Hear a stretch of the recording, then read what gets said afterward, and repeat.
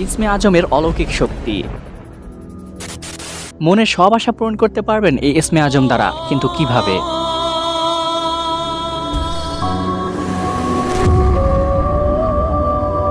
আসসালামু আলাইকুম রহমতুল্লাহ। Dear audience, ইসমে আজম দ্বারা অলৌকিক ঘটনা ঘটানোর কথা আপনারা তো নিশ্চয়ই শুনে থাকবেন।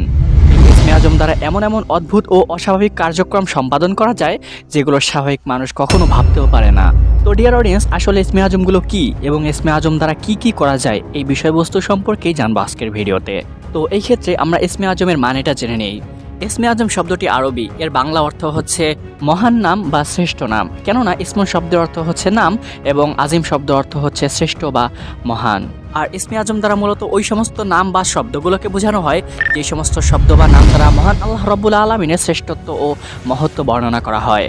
মহান আল্লাহ রব্বুল আলমিনের অসংখ্য অগণিত গুণবাচক নাম রয়েছে, আর সেই সমস্ত নামগুলোকে পবিত্র কোরআনে কারিমের ভাষায় আসমা উল হুসনা বলা হয়। পবিত্র কোরআনে কারিমে এমন 4টি আয়াত রয়েছে যেখানে আসমা উল হুসনার কথা উল্লেখ আছে। হাদিসে আছে, নবী করিম সাল্লাল্লাহু আলাইহি ওয়াসাল্লাম বলেছেন, মহান আল্লাহ রব্বুল আলমিনের 99টি নাম রয়েছে। যেই ব্যক্তি এই নামগুলো মুখস্থ করবে সে জান্নাতে প্রবেশ করবে। আর ইসমে আজম হলো ওই সমস্ত মহান আল্লাহ রব্বুল আলমিনের নামের মধ্য থেকেই কিছু নির্বাচিত ও বাছাইকৃত নাম বা শব্দ, যেগুলো তুলে বা ওসিলা দিয়ে যদি মহান আল্লাহ রব্বুল আলমিনের নিকটে কেউ দোয়া করে তাহলে মহান আল্লাহ রব্বুল আলমিন তার দোয়া কবুল করেন বলে বর্ণনা পাওয়া যায়। এবং পাশাপাশি তাকে মহান আল্লাহ রব্বুল আলমিন যে কোনো বিপদ আপদ থেকে অনেক দ্রুত ও তাড়াতাড়ি হেফাজত করেন। কিন্তু ডিয়ার অডিয়েন্স, আসমা উল হুসনা তথা মহান আল্লাহ রব্বুল আলমিনের গুণবাচক নামগুলো হাদিসে বর্ণনা রয়েছে, কিন্তু তার মধ্যে ইসমে আজম কোনটি এই ক্ষেত্রে অনেক মতানৈক্য রয়েছে এবং নবী করিম সাল্লাল্লাহু আলাইহি ওয়াসাল্লাম থেকে সহিহ সনদে তেমন কোনো বর্ণনাও পাওয়া যায় না। ইসমে আজম সম্পর্কে হাদিসে বর্ণনা থাকলেও একাধিক হাদিস হওয়ার কারণে রয়েছে পরস্পর হাদিসের মধ্যে গ্রহণযোগ্য ভিন্নতা। ইমাম জালালউদ্দিন সৈয়দ রহমতুল্লাহি আলাইকে ইসমে আজম সম্পর্কে জিজ্ঞাসা করা হলে তিনি আদ-দুররুল মুনাজ্জাম ফিল ইসমিল আজম সম্পর্কে একটি গ্রন্থ রচনা করলেন। তিনি সেই গ্রন্থে ইসমে আজম সম্পর্কে প্রায় 20টির মতো মতামত উল্লেখ করেছেন। আবার কেউ কেউ ইসমে আজম 40 প্রকার হতে পারে বলেও মন্তব্য করেছেন। হযরত কাসিম রহমতুল্লাহি আলাই বলেন, আল্লাহর ইসমে আজম হলো যার মাধ্যমে দোয়া করলে তা কবুল হয়, আর তা মূলত 3টি সূরায় রয়েছে, সূরা বাকারা, সূরা আল ইমরান এবং সূরা তাহা। আবার কোনো কোনো বর্ণনায় এই 3টি সূরার মধ্যে আয়াত নির্দিষ্ট করে দেওয়া হয়েছে, আর সেগুলো হচ্ছে 1 নম্বর সূরা বাকারার 255 নম্বর আয়াত তথা আয়াতুল কুরসি।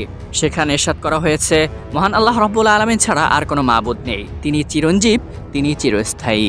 দ্বিতীয়ত হচ্ছে সূরা আল ইমরানের প্রথম 2 আয়াত তথা আলিফ লাম মিম, মহান আল্লাহ রব্বুল আলামিন ছাড়া কোনো মাবুদ নেই, তিনি চিরঞ্জীব, তিনি চিরস্থায়ী।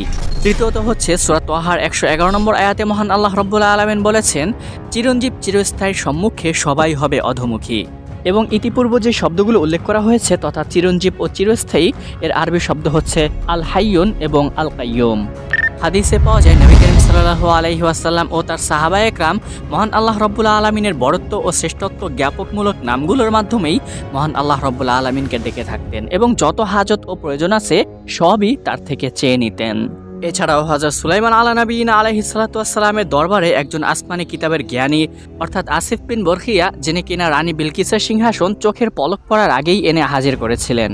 বিভিন্ন মুফাসসিরগণদের মত অনুযায়ী তিনি ইসমে আজম জানতেন এবং সেই ইসমে আজম প্রয়োগ করেই এমন অসাধ্য সাধন করেছিলেন। ইমাম আবু জাফর তাবারি ও আবুল হাসান আশআরি রহমতুল্লাহি আলাই বলেন, মহান আল্লাহ রব্বুল আলমিনের প্রতিটি গুণবাচক নামই ইসমে আজমের অন্তর্ভুক্ত। ডিয়ার অডিয়েন্স, এবার আসুন একটি প্রশ্ন হয়তো আমরা অনেকেই করে থাকব যে ইতিপূর্বে আমরা ইসমে আজম নামে যে সমস্ত শব্দ বা গুণবাচক মহান আল্লাহ রব্বুল আলমিনের নামগুলো শুনেছি সেগুলো তো আমরা স্বাভাবিকভাবে উচ্চারণ করতেও পারি এবং অনেকে জানিও, এবং এগুলো প্রয়োগ করে আমরা দোয়াও করে থাকি, কিন্তু আমাদের দোয়া তেমন কবুল হয় না কেন? কেনই বা আমরা পূর্বের যুগের মতো অসাধ্য সাধন করতে পারি না? তো ডিয়ার অডিয়েন্স, এর অ্যান্সার একেবারেই সিম্পল। কথায় আছে, ডাকার মতো ডাকলে তার ডাকে সাড়া না দিয়ে আর পারা যায় না। সুতরাং আমরা যদি মহান আল্লাহ রব্বুল আলমিনকে তার মতো করে এবং তার মানসা অনুযায়ী ডাকতে পারি তাহলে মহান আল্লাহ রব্বুল আলমিন অবশ্যই আমাদের মনের আশাগুলো পূর্ণ করবেন এবং আমাদের ডাকে সাড়া দিবেন।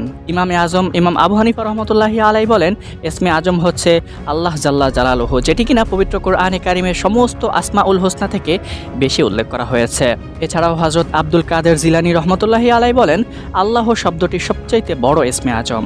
এটি উল্লেখ করে যেই দোয়াই করা হোক না কেন মহান আল্লাহ রব্বুল আলমিন তা অবশ্যই পূর্ণ করবেন, কিন্তু তার জন্য শর্ত হচ্ছে একাগ্রতা ও ইখলাস একান্তই জরুরি। আবার অনেক বর্ণনায় ইসমে আজম হিসেবে এই দোয়াটিও উল্লেখ করা হয়, আল্লাহুম্মা ইন্নী আসআলুকা বিআন্না লাকাল হামদা লা ইলাহা ইল্লা আনতা ওয়াহদাকা লা শারীকা লাকাল মান্নান ইয়া বাদিআস সামাওয়াতি ওয়াল আরদি ইয়া যাল জালালি ওয়াল ইকরামি ইয়া হাইয়্যু ইয়া কাইয়্যুম। আবার তিরমিজি শরীফের দোয়া ইসমে আজম আরেকটিও পাওয়া যায়, আল্লাহুম্মা ইন্নী আসআলুকা বিআন্নী আশহাদু আন্নাকা আনতাল্লাহু লা ইলাহা ইল্লা আনতাল আহাদুস সামাদুল্লাযী লাম ইয়ালিদ ওয়া লাম ইউলাদ ওয়া লাম ইয়াকুল লাহু কুফুয়ান আহাদ।